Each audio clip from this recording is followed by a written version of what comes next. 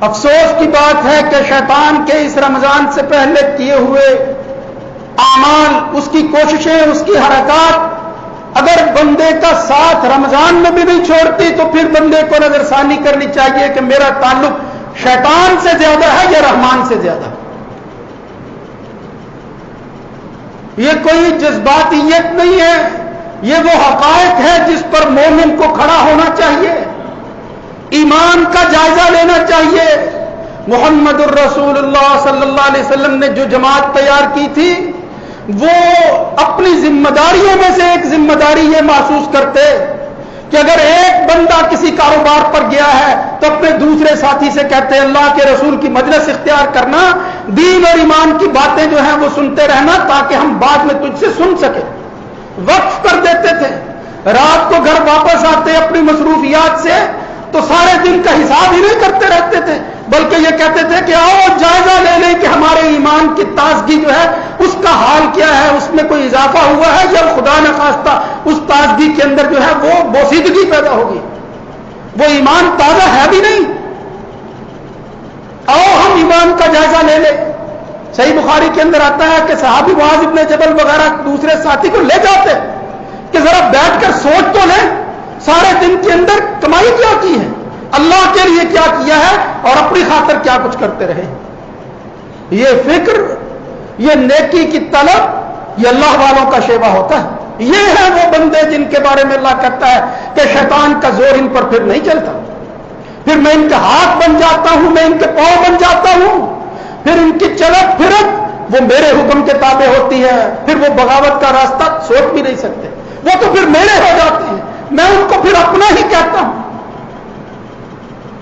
اور دوئی کو ختم کرتے ہوئے اس کے ہاتھ کو اپنا ہاتھ قرار دے دیا، اس کے پاؤں کو جو ہے اس کے متعلق کہا وہ چلتا ہے، یوں نہ سمجھو کہ وہ اپنی مرضی سے چل رہا ہے، نہیں، اس نے تو اپنی ساری مرضیاں میرے حکم کے تابع کر دی.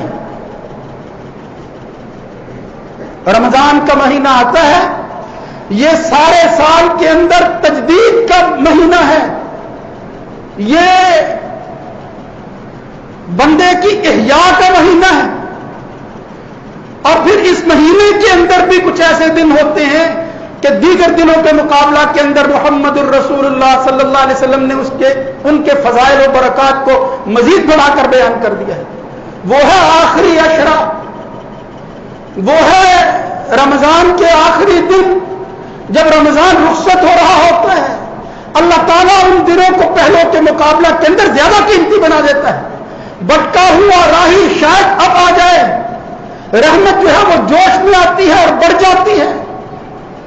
جناب عائشہ صدیقہ رضی اللہ تعالی عنہ بیان کرتی ہیں، میرے شوہر اس کائنات کے سردار محمد الرسول اللہ صلی اللہ علیہ وسلم اذا دخل العشر، جب آخری عشرہ داخل ہوتا، شد مئزرہ، جد و شد المئزر، تجدید کرتے تھے، کوشش کر کے آگے بڑھتے تھے. رسمی باتیں نہیں ہیں، محض جو ہے وہ سننے سنانے کی حد تک نہیں ہے، عمل کے لیے ابھارتے، خود بھی کوشش کرتے، نمونہ بن کر دکھاتے وہ شخص جس کے گناہوں کو اللہ تعالیٰ نے اسی دنیا کے اندر ختم کر دیا ہے، قلم پھیر دیا ہے. غفر اللہ له ما تقدم من ذنبه وما تاخر. وہ تو گناہوں سے پاک ہستی، مگر اللہ کی بندگی کے اندر جب یہ رمضان کا آخری عشرہ شروع ہو جاتا، شد مئزرہ احیا لیلہ ایقظ اہلہ، پھر خود صرف اپنے آپ کو شب زندہ دار نہ بناتے، راتوں کو بیدار نہ ہوتے، شب بیداری نہ کرتے. رمضان کے علاوہ جناب عائشہ کہتی ہیں، میں نے محمد الرسول اللہ صلی اللہ علیہ وسلم کو دیکھا کہ کسی رات ساری رات نہیں جاگتے تھے، مگر رمضان میں تو خود بھی جاگتے، اپنے اہل و عیال ایقظ اہلہ، گھر والوں سے کہتے اس غفلت کی زندگی سے بیدار ہو جاؤ، یہ قیمتی دن جو ہے وہ تمہاری زندگی میں آیا، پتہ نہیں بعد میں نصیب ہوں گے یا نہیں ہوں گے، اس کا تو کسی کو پتہ نہیں.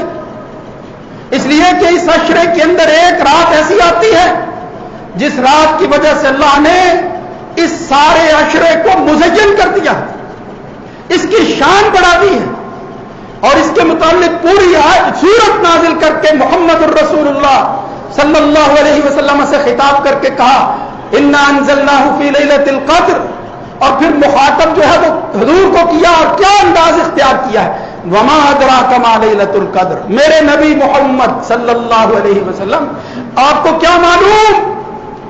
یعنی جن کو سب کچھ معلوم کروایا محمد الرسول اللہ صلی اللہ علیہ وسلم کو اللہ نے بتایا، ان سے خطاب کر کے کہا تمہیں کیا معلوم؟ وما ادراک ما لیلۃ القدر، یہ شب قدر کیا ہے، اس کی عظمت کیا ہے، اس کا مقام کیا ہے، اس کی فضیلت کیا ہے، اس میں آنے والی برکات اور رحمتیں کیا ہیں؟ لیلۃ القدر ظاہر کے اعتبار سے بتا دیا۔ میں تمہیں ایک سادی سی بات بتاتا ہوں، محمد الرسول اللہ صلی اللہ علیہ وسلم کو خطاب کرتے ہوئے اللہ فرماتا ہے رہتی دنیا تک جب تک یہ جہان قائم رہے گا یہ الفاظ قائم رہیں گے، جب یہ جہان کا اللہ تعالیٰ خاتمہ کرنا چاہے گا پھر اللہ تعالیٰ یہ خیر و برکات جو ہے وہ ان کا بھی خاتمہ کر دے گا۔ تو فرمایا لیلۃ القدر، زندگی کے اندر آنے والا آخری اشرا اور اس کی ایک رات خیر من الف شہر، وہ ایک رات نہیں ہے بلکہ وہ ایسی رات ہے کہ اگر کوئی شخص اللہ کے حضور ایک رات کو وقف کر دے، بندگی کے لیے مختص کر لے صرف ایک رات کو، خیر من الف شہر، تو وہ یوں سمجھ لے کہ اس نے اپنی زندگی کے 83 سال سے زیادہ کا عرصہ اللہ کی بندگی میں گزار دیا۔ خیر من الف شہر، کس کی زندگی 83 سال ہوتی ہے؟ بہت کم ہے۔ اس امت کی زندگیاں تو 60-70 کے درمیان ہیں۔ اللہ فرماتا ہے لیلۃ القدر خیر من الف شہر، یہ تو ہزار مہینے خیر من الف شہر، وہ 1000 مہینے 83 سال بنتا ہے۔ یہ تو ظاہری حساب ہے۔ تنزل الملائکۃ والروح فیہا، اس کی عظمت میں آگے فرمایا بالخصوص اللہ کی ایک مخلوق ہے جو اس نے اپنے پاس رکھی ہوئی ہے اور وہ اس کے احکامات کو لے کر وقتاً فوقتاً اس دنیا میں آتے ہیں، مگر جب یہ رات آتی ہے صرف وہی نہیں، اللہ کے فرشتے ہی نہیں، ان کا سردار روح القدس اپنی جماعت کی سربراہی کرتے ہوئے آسمان سے اس زمین پر اتر آتا ہے۔ تنزل الملائکۃ والروح فیہا باذن ربہم من کل امر، سال بھر کے جتنے بھی معاملات ہیں ان کے فیصلوں کی گھڑی اسی رات کے اندر جو ہے وہ آتی ہے۔ اسی رات میں اللہ تعالیٰ ہر معاملے کو جو ہے وہ اپنے اس دنیا میں ہونے والے معاملات کو فرشتوں کے سپرد کر دیتا ہے۔ کس نے اس جہان میں باقی رہنا ہے، کس نے آنا ہے، کیا کرنا ہے، سب کچھ اس رات کے اندر اللہ لکھ دیتا ہے۔ من کل امر، اور پھر فرمایا سلام، بس یہی سمجھ لو۔ اب الفاظ جو ہیں وہ اللہ کے ہوں تو اس سے بڑی جامعیت اور کوئی نہیں ہو سکتی۔ اللہ فرماتا ہے ایسی رات ہے سلام ہی حتی مطلع الفجر، اس کے آغاز سے لے کر اس کے اختتام تک ساری رات جو ہے وہ سلامتی ہی سلامتی رہتی ہے، شر نام کی کوئی چیز نہیں ہوتی، خیر اور خیر ہی ہوتی، خیر کے متلاشی، شر سے دور رہنے والے، سلام ہی حتی مطلع الفجر۔ یہ زندگی میں بہاریں تمہارے آ گئی ہیں، ہفتہ شروع ہونے والا ہے، اگلا جسمی عشرہ جو ہے وہ شروع ہوگا۔ نبی کریم صلی اللہ علیہ وسلم جب خود بیدار رہتے اپنے گھر والوں کو بیدار کرتے، میری یہ بھی ذمہ داری ہے کہ میرے اہل و عیال کیا کر رہے ہیں، میرے بچوں کی راتیں کیسے گزرتی ہیں، میری بیوی جو ہے اس رات کے اندر اس کی مصروفیات کیا ہوتی ہیں۔ اللہ نے مجھے جو ہے وہ ذمہ دار بنایا ہے، مجھ سے پوچھنا ہے۔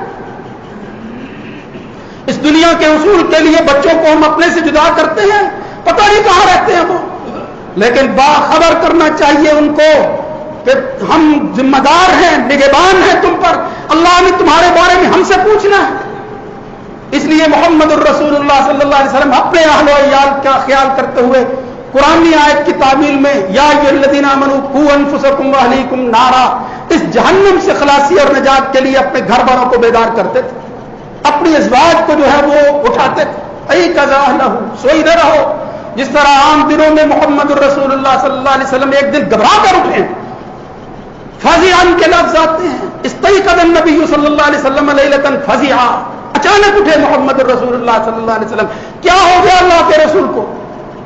فرمانے لگے سبحان اللہ، اگر کوئی عیب ہے تو وہ ہمارے اندر ہے، انسانوں کے اندر ہے، اللہ کی ذات اس سے پاک ہے۔ ماذا انزل اللیلۃ من الفتن، رات جو ہے وہ کتنے فتنے اتار دیے گئے۔